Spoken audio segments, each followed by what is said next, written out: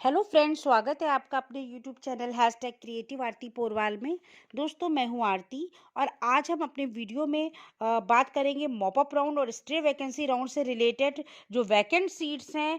तो कहां पर एमबीबीएस की सीट्स कितनी हैं और कहां पर आपको एडमिशन लेना चाहिए, रजिस्ट्रेशन कराना चाहिए, क्या वहां पर कट ऑफ जा सकता है, पूरी फुल डिटेल में बात करेंगे। तो दोस्तों, इसके पहले अगर अभी तक आपने मेरे चैनल को सब्सक्राइब नहीं किया है तो सब्सक्राइब कर लीजिए और उसके आगे जो बेल आइकन का बटन है उसे भी प्रेस कर दीजिए ताकि सारी लेटेस्ट इन्फॉर्मेशन आपको मिलती रहे। और अगर आपको ये वीडियो अच्छा लगे तो इसको लाइक और शेयर भी करिएगा।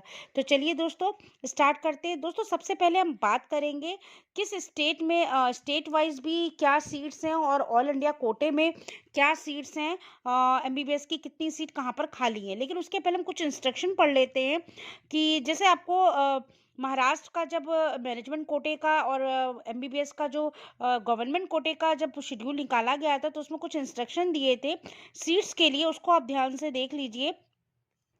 दोस्तों, इस काउंसलिंग में स्ट्रे वैकेंसी राउंड की जो काउंसलिंग है या मॉपअप राउंड 2 की काउंसलिंग है, इसमें जितने भी कैंडिडेट्स बुलाए जाते हैं वो 1:10 का रेशियो होता है।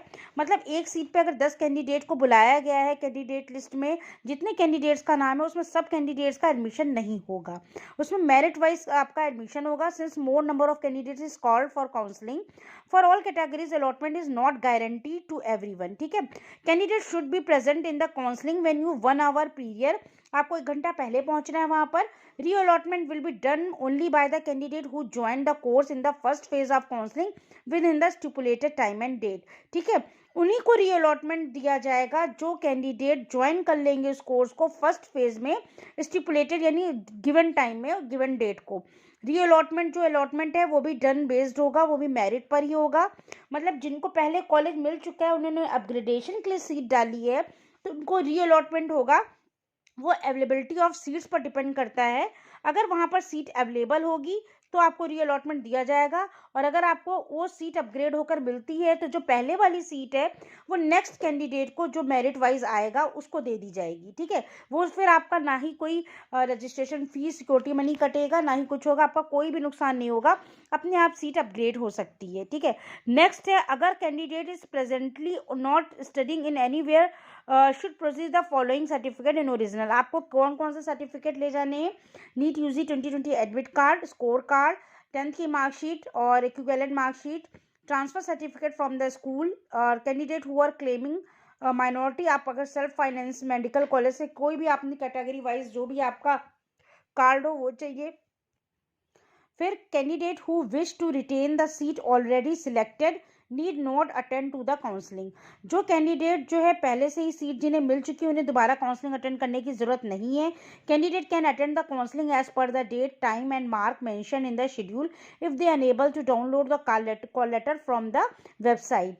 ठीक है, तो इस तरह के कुल रूल एंड रेगुलेशंस बहुत सारे इसमें दिए हुए हैं, आप इसको डाउनलोड कर सकते हैं वेबसाइट से। और आपको ये भी दिया हुआ कि the candidates who are selected at the time of counselling shall pay an amount of 1 lakh रुपए as registration fee only by means of demand draft at the time of recipient of the allotment order। तो ये management quota के लिए आपको 1 लाख रुपए registration के समय देने होंगे।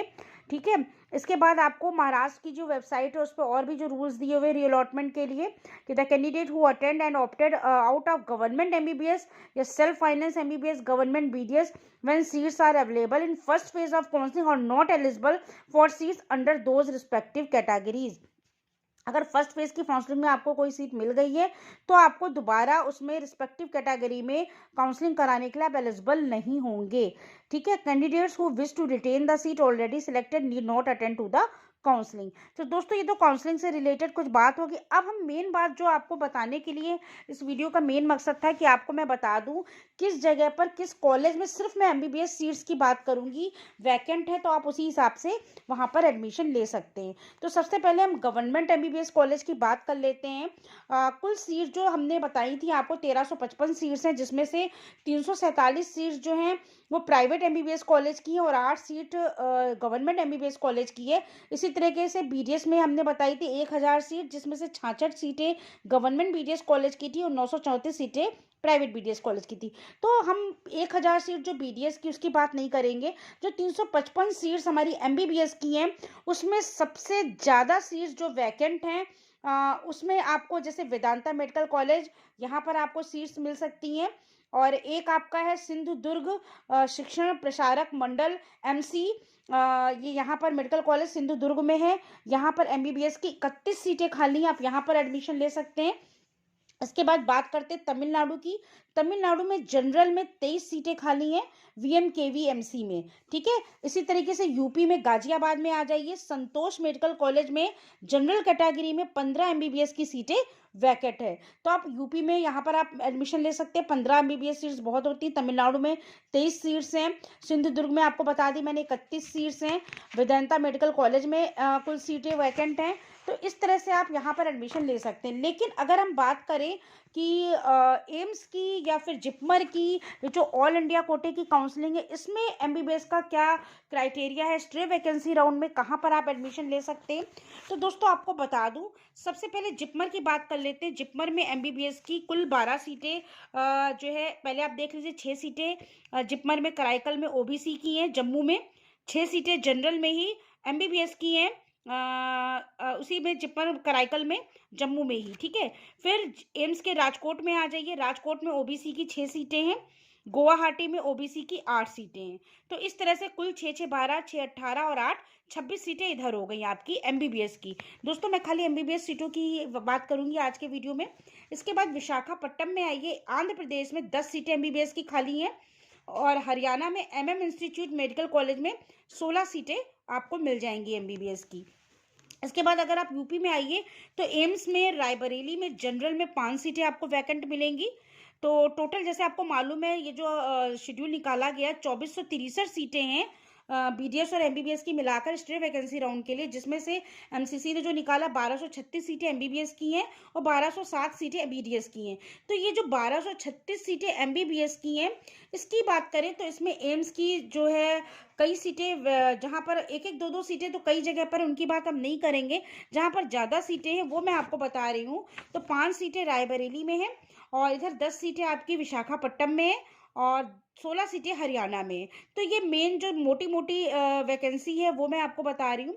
और इधर जिपमर की मैंने आपको बता दी। इसी तरह मैनेजमेंट कोटा में बहुत जगह पर बहुत ज़्यादा सीटें हैं, तो वो पेड सीटें हैं। तो वहाँ पर अगर आपके मार्क्स कम भी हैं तो आप अच्छी रकम दे के, अच्छी फीस दे के आप उस सीट को हासिल कर सकते हैं। ठीक है, पेड सीट्स में अगर मार्क्स कम हो तो भी आपको सीट मिल सकती है। अब दोस्तों इस बार बात करेंगे कि बिहार में भी बहुत सारी वैकेंसीज निकाली गई हैं। तो बिहार की जो वहाँ पर जो कट ऑफ है वो क्या गया था। तो दोस्तों बिहार की बात करें तो बिहार में एक ऐसा स्टेट है जहाँ पर कट ऑफ काफ़ी कम गया था, लोवेस्ट कट ऑफ था। तो आप देख सकते हैं बिहार में 60 सीटें मोपअप के लिए थी, जिसमें जनरल की 24 सीटें हैं और 24 सीटें, और एमबीबीएस की आप देख सकते हैं 7 सीटें जो है ईडब्ल्यूएस कैटेगरी में है। 500 इसमें कट ऑफ जो एससी कैटेगरी में 6 सीटें हैं और एसटी कैटेगरी में 2 सीटें हैं। ठीक है, तो इस तरीके से जो 60 सीटें बिहार में बची हैं एमबीबीएस के लिए, मॉपअप के लिए, ये यहाँ पर कट ऑफ सबसे कम जा सकता है। और अभी जो मिनिमम कट ऑफ गया था, अभी तक हो चुकी काउंसलिंग, हिमाचल प्रदेश एक ऐसा स्टेट है जहां पर कट ऑफ सबसे कम गया था। कट ऑफ कितना गया था मैं आपको बता देती हूँ। जनरल में गया था 505, इससे कम अभी तक कोई कट ऑफ नहीं गया 505 से कम, क्योंकि 600 प्लस में ही आपको एमबीबीएस सीट मिलेगी जनरल के लिए। लेकिन यहाँ पर 505 गया था, ओबीसी में 504 गया था, एससी में 458 गया था, एसटी में 460 गया था, और ईडब्ल्यूएस की बात करें तो 457 गया था। तो अब जो राउंड होगा उसमें आप थोड़ा ही अंतर समझिए, ज़्यादा डिफरेंस नहीं आएगा क्योंकि सीट्स यहाँ पर कम है। अब हाई कट ऑफ कहाँ का जा सकता है दोस्तों। हाई कट ऑफ तो पहले मैं बता दूं कहाँ का गया, दिल्ली और केरला का। यहाँ पर कट ऑफ हमेशा कम रहता, ज़्यादा रहता है। केरला में सबसे ज़्यादा 640 कट ऑफ गया था, 640 प्लस गया था। ठीक है, जनरल कैटेगरी की बात कर रही हूँ, और दिल्ली में भी ऐसे ही कट ऑफ गया था। इसके बाद बात कर लेते हैं ईडब्ल्यूएस की 590 और ओबीसी में 560 और उसके बाद SC में 460 और ST में 378। तो ये जो केरला में सबसे हाईएस्ट कट ऑफ जाता है और HP में अभी तक सबसे मिनिमम गया है। तो दोस्तों इस तरह से कुल मिलाकर अगर हम आपसे बात करें तो ये जो वैकेंट सीट्स हैं MBBS की कट ऑफ के अकॉर्डिंग, तो आप कहाँ पर एडमिशन ले सकते हैं ये पूरा डिटेल, आप जहाँ पर कितनी वैकेंसी है उसके अकॉर्डिंग आप अपना हिसाब लगा सकते हैं। अगर जहाँ वैकेंसी ज़्यादा है वहाँ आपको कम मार्क्स में भी एडमिशन मिल सकता है, लेकिन अगर आप उन स्टेट को पहले से आप देख लीजिए कहाँ पर कट ऑफ कम गया है। अगर आपके मार्क्स कम है तो वहाँ पर आपका एडमिशन आराम से हो जाएगा, लेकिन जहाँ पर ज़्यादा कट ऑफ गया मॉपअप राउंड में वहाँ पर स्ट्रे वैकेंसी में भी कोई ज़्यादा फर्क देखने को नहीं मिलेगा, क्योंकि स्ट्रे वैकेंसी राउंड के लिए MBBS की सीटें सिर्फ गिनी हुई हैं, बहुत ज़्यादा सीटें नहीं है। जहाँ पर ज़्यादा सीटें थी उनको मैंने आपको अलग से बता दिया है, आप वहाँ के लिए ट्राई कर सकते हैं। तो दोस्तों मेरे इस वीडियो को बनाने का यही मतलब था कि बहुत से बच्चे पूछ रहे थे मैम कितना कट ऑफ, इतने मेरे मार्क्स हैं, मुझे ये कॉलेज मिलेगा कि नहीं मिलेगा। तो आप इस वीडियो से ये एनालाइज कर सकते हैं कि आपको कहाँ पर एडमिशन लेना चाहिए। तो दोस्तों ये पूरा वीडियो था। अगर आपको ये वीडियो अच्छा लगा हो तो मेरे चैनल को सब्सक्राइब करिएगा और मेरे वीडियो को लाइक और शेयर करिएगा। जैसे ही कोई ऑफिशियल नोटिस MCC की या किसी भी स्टेट की आती है तो मैं आपको सबसे पहले बता दूंगी। उसके लिए आप बिल्कुल भी परेशान मत होइएगा और तब तक आप मेरे चैनल पर बने रहिए। Thank you.